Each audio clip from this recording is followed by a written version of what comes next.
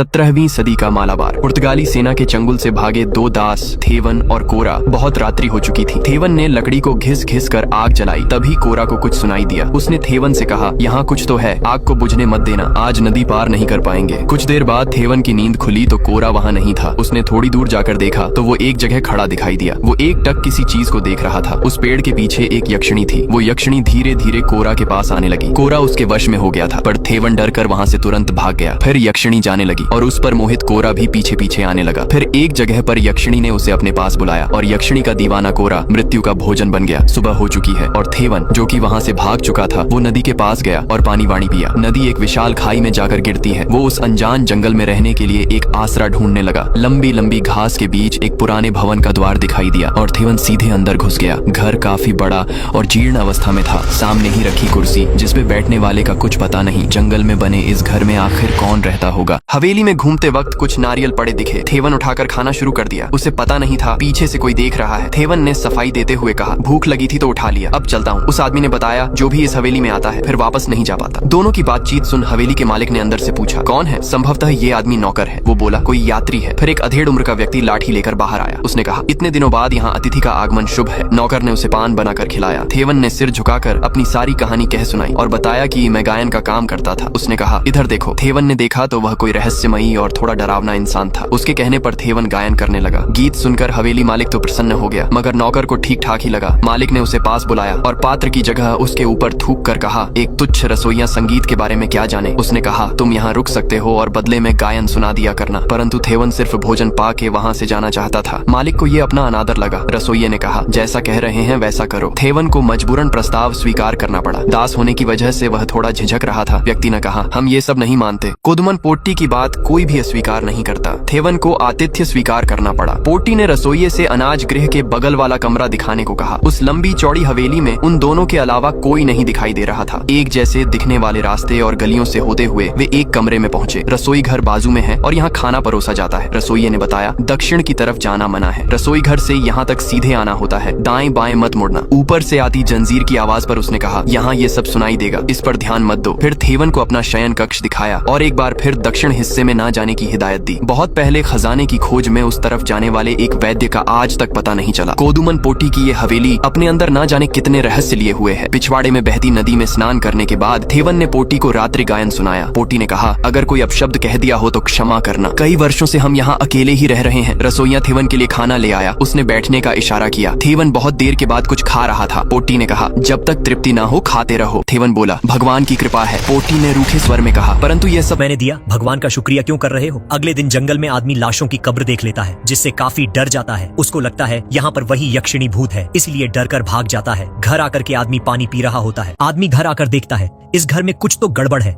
फिर वह रहस्यमयी कमरे की तरफ जाने लगता है। रहस्यमयी कमरे में एक अदृश्य शक्ति उसका पीछा कर रही होती है, जिससे घबराकर वह गिर जाता है। अदृश्य शक्ति उसकी तरफ लगातार बढ़ रही थी, जिसे डर कर वह यहाँ से भाग जाता है। अगले दिन आदमी उठता है। वह सुनता है कि घर में कोई अजीब सी आवाज आ रही है। बाहर जाकर जब वो देखता है तो हवेली का मालिक लूडो जैसा गेम खेल रहा होता है। मालिक पूछता है कि तुम इसे खेलना जानते हो? आदमी कहता है, हाँ, मैंने पहले इस खेल को खेला है। मालिक इसको गेम खेलने का ऑफर देता है और कहता है, बैठ जाओ, आओ खेलते हैं। गेम शुरू होने से पहले बताता है कि गेम खेलने के लिए तुम्हें इस पर कुछ लगाना होगा, जैसे धन, कीमती चीज या कोई वस्तु। आदमी कहता है, इन सब में मेरे पास तो कुछ भी नहीं है। फिर मालिक कहता है, तुम इस पर अपना समय लगा सकते हो। अगर तुम हारे तो जिंदगी भर यहाँ से नहीं जा सकते, और अगर तुम जीते तो यहाँ से जा सकते हो। जिससे आदमी डर के मना कर देता है। फिर मालिक उससे पासे मांगता है और चालाकी से पासे खेल पर गिराकर पहले चाल करवा देता है और कहता है, खेल का नियम है, शुरुआत हो गई तो खेलना ही पड़ता है। आदमी इसमें फंस जाता है और डरते हुए लूडो जैसा गेम खेलने लगता है। धीरे धीरे गेम आगे बढ़ रहा था। आदमी मालिक से अच्छा खेल रहा था, लेकिन तभी मालिक बाजी मार लेता है और आदमी की सबसे मुख्य गोटी को काट देता है और फिर कहता है कि अगर 12 नंबर आ गया तो तुम इस गेम में हार जाओगे। जब मालिक चाल चलता है तो केवल 7 नंबर आते हैं, लेकिन अपने काले जादू से मालिक 1 नंबर वाले पासे को पलटकर 6 नंबर में बदल देता है और जोर जोर से हंसने लगता है। यह देखकर आदमी वहाँ से उठकर रसोई घर में चला जाता है और उस रसोइया के सामने मालिक की तारीफ करने लगता है, जिसे सुनकर रसोइया कहता है, जैसा तुम उसको समझते हो वह वैसा नहीं है, वो बहुत कपटी और झल्लाद किस्म का आदमी है। आदमी रसोइया से ऐसा कहने के लिए मना करता है, फिर दिखाया जाता है यह आदमी मालिक के पास बैठकर खाना खा रहा होता है। तभी मालिक उससे पूछता है कि तुम्हें रसोइया से कोई दिक्कत तो नहीं है, और उसने मेरे बारे में तुमसे कुछ बुरा तो नहीं कहा? नहीं, मुझे कोई दिक्कत नहीं, और उसने कुछ नहीं कहा। तभी वहाँ रसोइया कमरे में आ जाता है। मालिक उसे कुछ कहता है। रसोइया बदले में मालिक की बेइज्जती आदमी के सामने कर देता है, जिससे हवेली मालिक नाराज हो जाता है।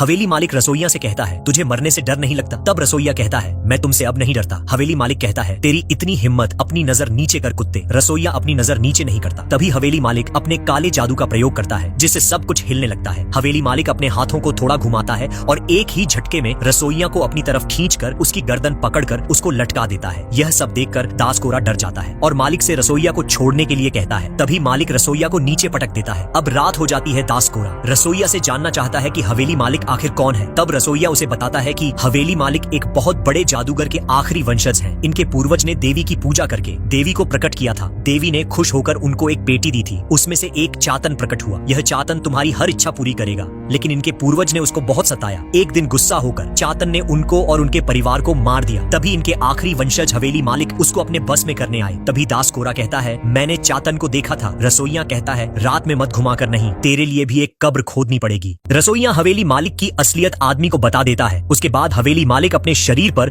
मनुष्य की राख रगड़ रहा होता है, ताकि वह खूबसूरत यक्षिणी को बुला सके। काले जादू की वजह से यक्षिणी हवेली मालिक के पास खींची हुई चली आ रही थी। जैसे ही मालिक के पास वह जाती है तो उसका रोमांटिक मूड हो जाता है। हवेली मालिक यक्षिणी को हवस भरी नजरों से देखकर उसको चूमने लगता है। तभी वहाँ दास देवन आ जाता है और यह सब अपनी आंखों से देख लेता है। आदमी सीन के मजे ले ही रहा था कि यक्षिणी उसको देख लेती है, जिससे उसकी फटकर चार हो जाती है और वो वहाँ से भागकर सोने चला जाता है। अगले दिन सुबह होती है तो आदमी देखता है कि हवेली मालिक उस यक्षिणी से कैसे बच गया। वो भागकर रसोइया के पास जाता है और उससे कहता है कि अगर अपनी जान बचानी है तो यहाँ से मेरे साथ भाग चलो। रसोइया कहता है, जाओ यहाँ से, मुझे मेरा काम करने दो। आदमी अपने कपड़े पैक करके यहाँ से भागने वाला होता है। तभी हवेली मालिक आ जाता है। हवेली मालिक आदमी से कहता है कि तुम्हें यहाँ रोका किसने है? तुम जा सकते हो, लेकिन तुम जाओगे कैसे? बाहर तो बहुत बारिश हो रही है। आदमी दिखाता है तो बाहर का मौसम खुला हुआ होता है, लेकिन अगले पल मूसलाधार बारिश होने लगती है, जिसे देखकर आदमी गहरी सोच में पड़ जाता है। आदमी यहाँ बैठकर भागने का प्लान सोच रहा था। तब तक खाना खाने का समय हो जाता है। हवेली मालिक दास थेवन को यहाँ से न जाने के लिए बहुत समझाता है और बहुत सारे प्रवचन देता है, लेकिन दास थेवन उसकी बात नहीं मानता और कहता है, जैसे बारिश बंद होगी मैं यहाँ से भाग जाऊंगा। हवेली मालिक उससे नाराज होकर चेतावनी देकर यहाँ से चला जाता है। तभी रसोइया वहाँ पर आ जाता है। फिर यह दोनों बैठकर आपस में एक दूसरे को अपने परिवार की कहानी सुनाते हैं। फिर दोनों सोने चले जाते हैं। तभी दास थेवन देखता है एक अजीब सा दिखने वाला जीव उसके कमरे के दरवाजे पर खड़ा है। यह देखकर आदमी बहुत डर जाता है। जैसे ही जीव उसके पास आता है तभी उसकी नींद खुल जाती है। दरअसल यह सब वो सपने में देख रहा था। नींद से उठने के बाद आदमी बाहर जाकर देखता है कि बारिश अब भी नहीं बंद हुई थी। वह देखता है भारी बारिश में रसोइया किसी की कब्र खोद रहा है। आदमी रसोइया से कुछ पूछता है तो रसोइया गुस्से में उसे अपना डंडा दिखा देता है। जिस आदमी डर के वहाँ से भाग जाता है, भागते भागते उसके पेट में अचानक दर्द होने लगता है, जिससे उसको खून की उल्टी होने लगती है। लगभग उसकी जान जाने वाली ही थी। यही देखकर वापस जाने का निर्णय लेता है और रेंगते हुए फिर से हवेली मालिक के कदमों में पहुंच जाता है और हवेली मालिक से गिड़गिड़ाकर माफी मांगने लगता है और कहता है कि कृपा करके मुझे यहाँ से जाने दीजिए। लेकिन ऐसा नहीं होता।